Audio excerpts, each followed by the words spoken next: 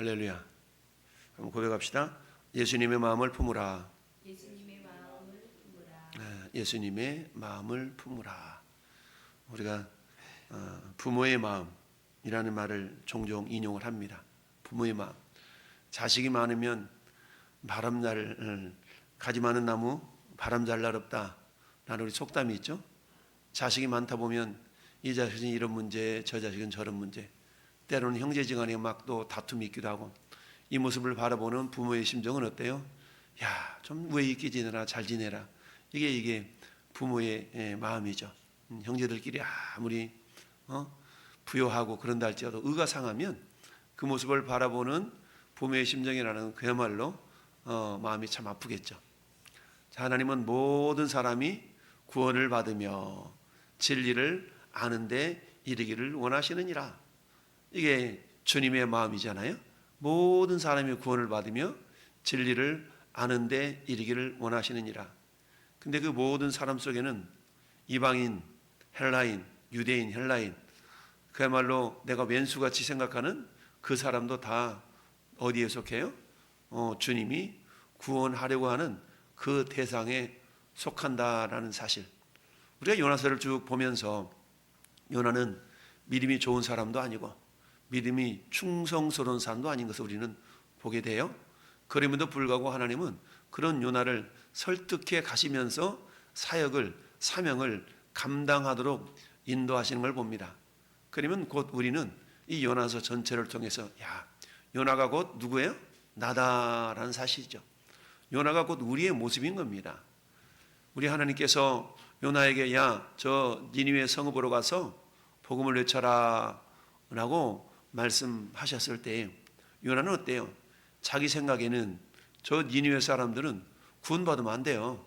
자기 이스라엘 백성들을 괴롭히는 이방 민족이기 때문에 저들은 그저 멸망받아도 죽어도 이런 생각을 가지고 있었던 겁니다. 그런 니느웨 사람들을 향해서 복음을 전하라고 그러니까 혹이라도 그 복음을 듣고 회개하고 돌아올까 봐 요나는 어때요?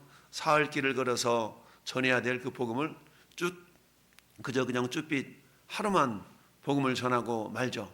그것도 어때요? 5마디만 외쳤죠. 40일이 지나면 이 성은 무너진다.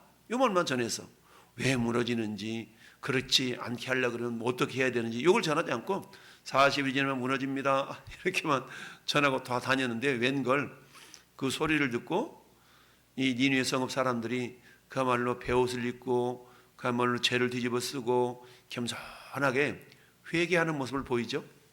이 모습을 보셨던 하나님이 3장 마지막 절에 이렇게 말씀합니다.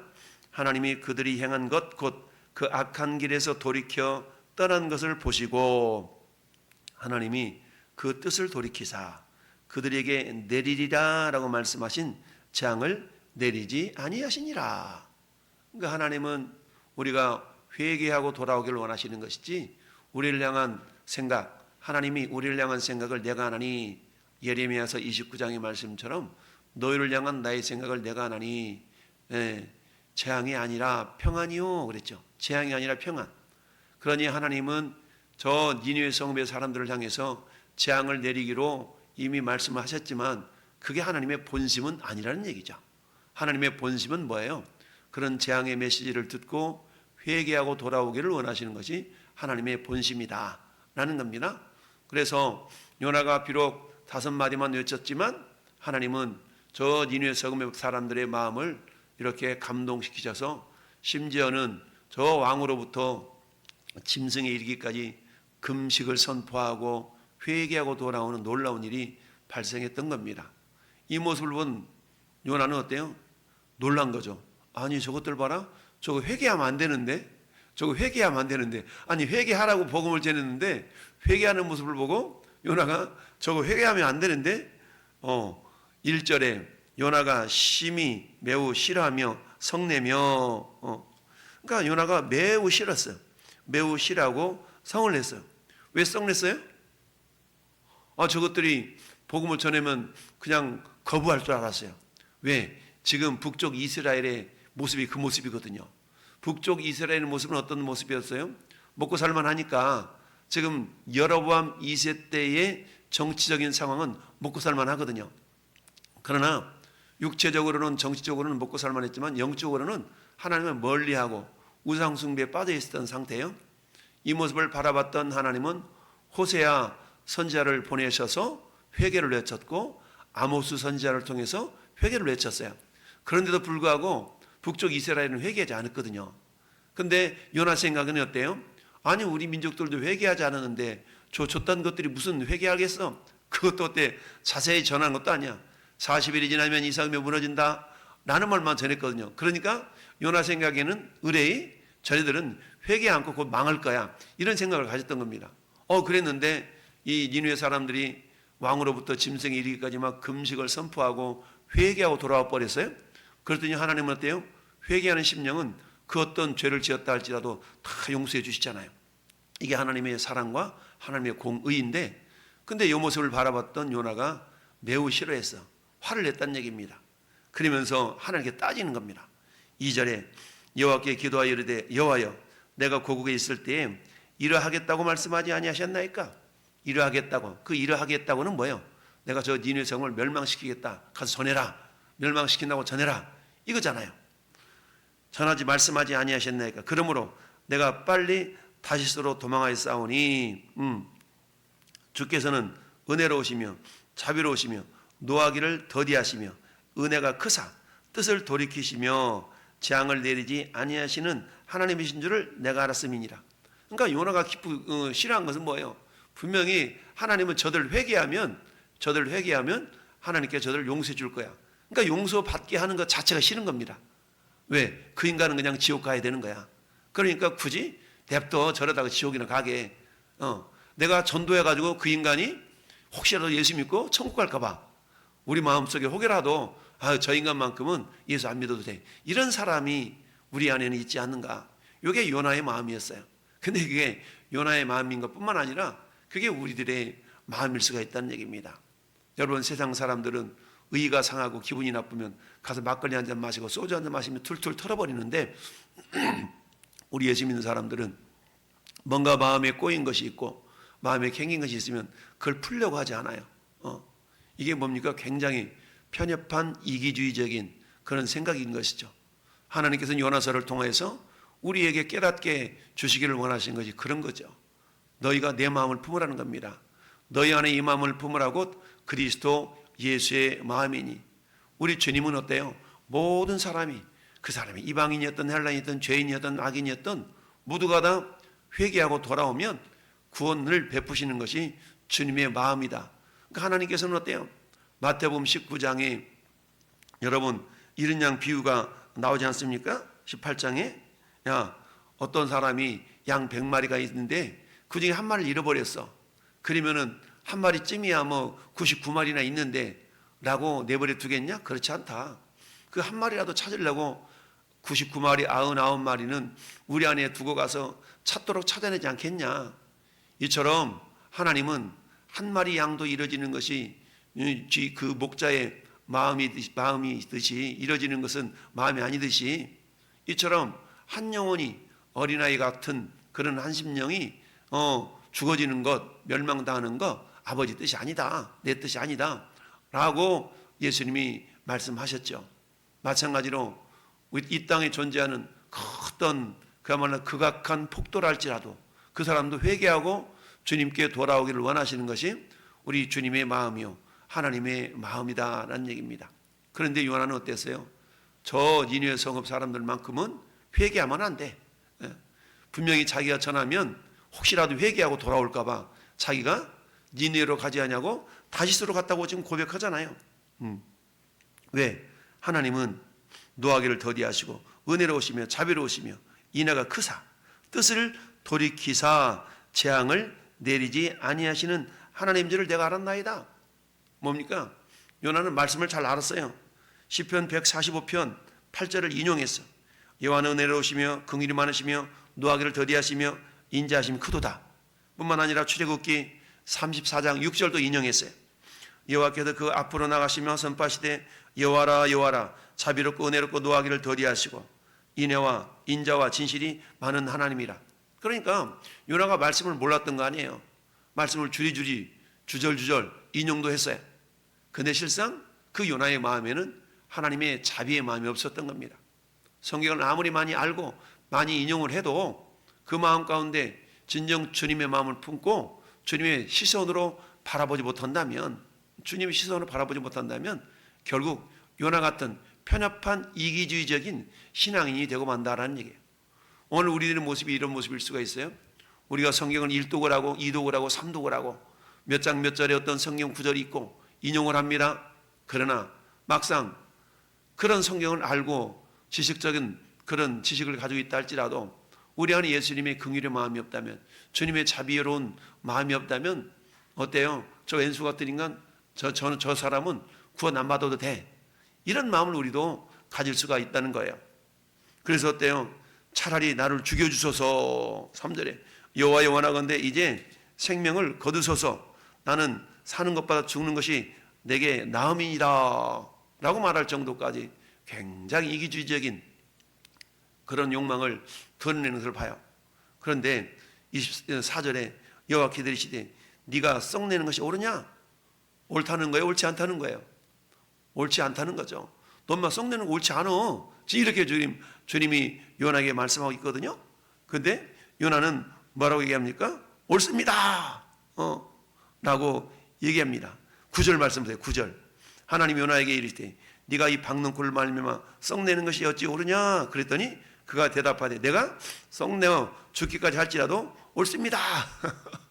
끝까지 자기 생각을 굽히지 않고 있는 이 요나.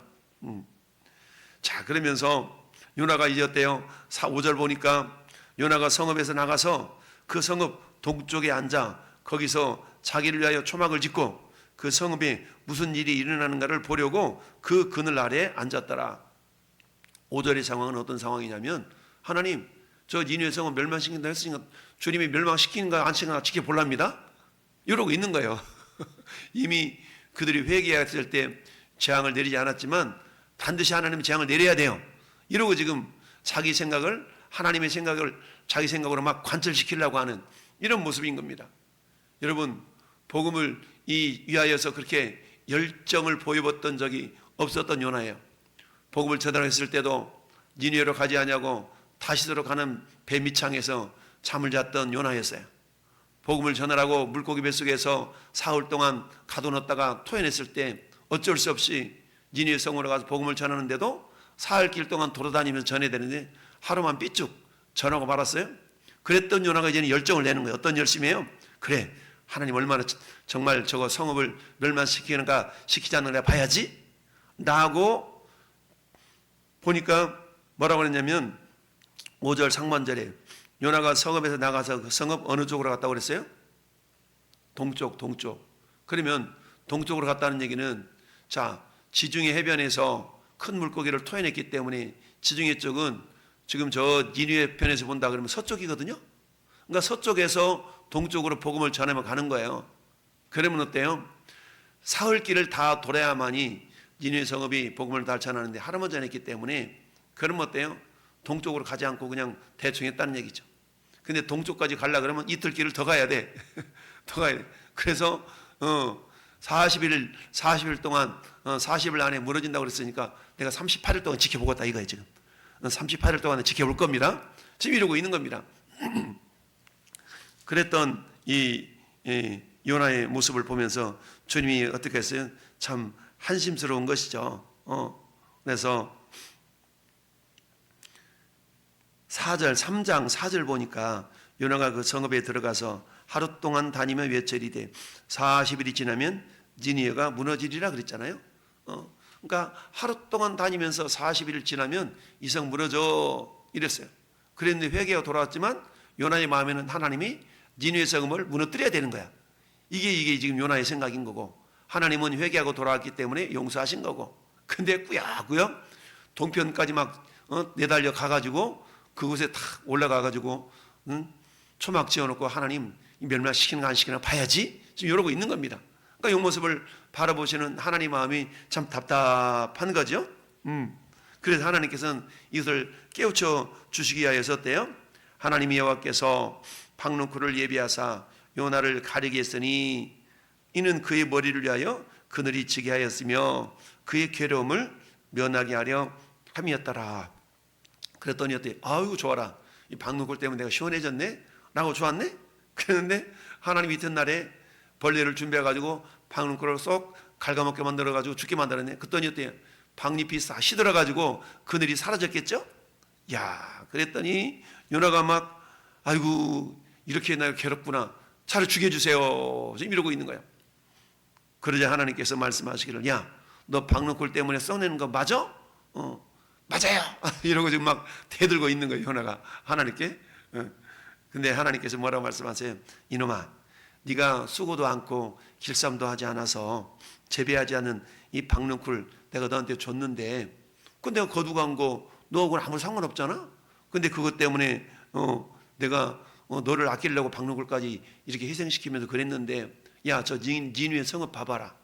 거기는 좌우를 분별하지 못한 사람 12만 명까지 있지 않냐. 뿐만 아니라 가축도 많이 있지 않냐. 내가 아끼지 내가 어찌 아끼지 않겠느냐 하시니라. 결국 이것은 뭐예요? 요나의 생각에는 구원은 유대인 이스라엘 사람들에게만 있는 거예요. 그러니 이방 사람들이 회개하고 돌아온 것에 대해서 이해를 할 수 없었던 것이죠. 그러나 하나님의 생각은 뭐예요? 모든 사람이 구원을 받으며 진리를 아는데 이르기를 원하신다라는 얘기죠. 여러분, 네가 어디 썩내는 거 오라? 옳다라고 주장할 정도까지 하나님 앞에도 이 당돌하잖아요. 이 당돌한 요나. 여러분, 하나님은 그럼에도 불구하고 어때요? 그 요나를 다독여가지고 사명을 감당하도록 하시지 않습니까? 이게 하나님의 자비로운 마음, 사랑의 마음이죠. 부모가 자식 말썽 피워가지고 그 부모한테 대들어도 때 부모님은 참고 있냐고 다독여가지고 결국 어때 우애 있게 하고 다독여서 선한 길로 가게 하고 이게 부모의 심정인 것처럼 우리 하나님도 마찬가지입니다. 하나님은 모든 사람이 구원받기를 원하셔요. 그래서 어때요? 요나에게 야, 때를 얻든지 못 얻든지 너는 것의 말씀을 전파해 라는 것이 주님의 마음이다라는 사실입니다. 그렇습니다. 사랑하는 성도 여러분이요, 우리가 요나인 거예요. 요나가 우리의 모습인 겁니다. 여러분, 요나 속에 비춰진 그 모습이 아니 어떻게 저럴 수가 있어? 라고 하지만 실상은 요나의 모습이 우리의 모습인 것을 기억하고 그럼에도 불구하고 하나님은 어때요? 그런 요나도 긍휼히 계시고 또한 좌우를 분별하지 못하며 죄악 가운데 있었던 그 니누의 성읍 그들도 회개하며 돌아오기를 원하셨다라는 얘기입니다. 그러나 요나는 가서 전했던 내용이 아주 진중하고 진지하게 그렇게 전한 것도 아니잖아요. 그저 5마디 외치고 말았어요. 40일이 지나면 이 성읍이 무너진다 라고 외쳤지만 그 소리를 들었던 니누의 성읍 사람들은 회개하고 제에 앉아서 정말 주님께 자비를 구하는 그런 모습을 보였던 겁니다. 여러분, 오늘 한 날도 하나님은 어떤 사람도 멸망당하는 것을 원하지 않습니다. 저는 여러분의 입술을 통하여서 정말 우리가 어때요? 사도 바울은 그랬습니다. 사도 바울도 그 내면 속에 있는 그 육신의 소욕에 살아나서 자기 생각에 살아나서 얼마나 그렇게 했어요. 그래서 어때요? 로마서 7장에는 오라 나는 곤고한 사람이로다 라고 고백할 정도까지 내 마음으로는 하나님 법을 즐거워하지만 또 다른 법이 나를 죄의 법으로 사로잡아오는 걸 본다고 그랬지 않습니까? 이 두 법이 싸움을 통해서 사도 바울이 했던 건 뭡니까? 자기의 육신의 소욕을 죽이는 훈련을 했어요. 그래서 고린도전서 15장 31절에서 사도 바울은 말하기를 나는 날마다 죽노라 라고 고백을 했던 겁니다. 여러분, 이처럼 하나님께서는 저는 여러분들 통해서 주님의 마음을 품기를 원하십니다. 주님의 마음은 모든 사람이 구원받는 것이었어요. 여러분, 예레미야 선지자를 우리는 눈물의 선지자라고 얘기합니다. 왜요? 자기 동족들에게 얼마나 많은 핍박과 박해를 받았어요. 그럼에도 불구하고 하나님 마음을 품으니까 우리 예레미야는 이렇게 예레미야서 9장 1절에 고백해요. 어찌하면 내 머리는 물이 되고 내 눈은 눈물이 근원이 될고 죽임을 당한 딸 내 백성을 위하여 주야로 울리로다. 자기를 박해하고 핍박하고 심지어 구덩이에 던져놔가지고 죽어버리라고 했던 그런 예레미야였지만 자기 백성을 위해서 눈물 흘릴 줄 아는 그런 선지자였다는 얘기입니다. 전 여러분들도 오늘 하루 정말 주님의 마음을 품고 어떤 영혼도 지옥 가는 걸 원치 않아야 하시는 하나님의 마음을 알아서 때를 얻든지 못 얻든지 복음을 전파하여 저 사람만큼은 안 믿어도 돼가 아니라 그럼에도 불구하고 믿어야 된다는 걸 기억하고 우리가 복음을 전해서 주님의 기쁨이 되는 우리 모든 성도가 될 수 있기를 예수님의 이름으로 축원합니다. 아멘.